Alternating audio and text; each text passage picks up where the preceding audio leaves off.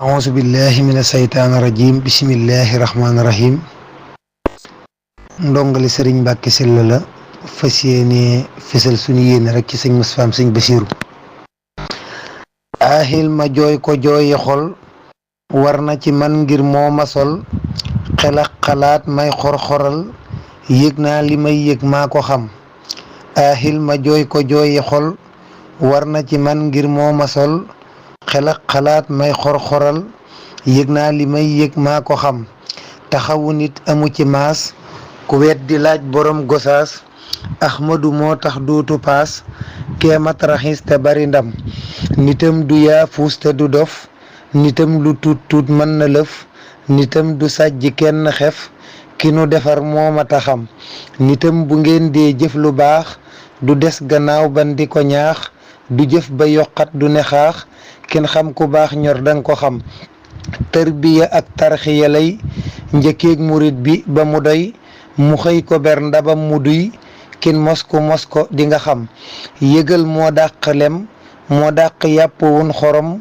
dàq leneen lu nit xalam ki nu giseel moo mata xam misaal ko ñun dunu ko man kum jamonoon teel moo la gën amul moroom wasaalan ku noonu jiwaay fan nga jëm kum masa xool bëtub cofeel teraanga doo ko masa jeel lum bëgg am ko xul na biil saadix ba dem na nii naxam daarul minam tiib poroxaan ros bee coppuut biir bustaan ba mbambiloor ku nee ngi naan ci géej gi mustafal karam naawel ba kafri nag bulel fegal na leen luy jur alal defar na leen ba dun taqal saadix la nan ko maase xam daarul nahim gis na neexam gis juri kër amiin xam cheikh murtada doom jum gërëm moom la fa dër kii rekk a xam naawel borom ñépp a ko xam dëggu na jub na am na jom xomar la doon du ciw fitam ax bil wala taqas na xam cheikh moodu ablaay la dëkkal taw feex ku dem fa feex yëgal cheikh moustapha dafa jotal defantu mus la doon mbiram basiiru mooy bas poroxaan moo féete foofa far na daan daa yiw te baax amul ki ñaan cheikh moustapha baayam la gëm basiiru saani mu nga tiib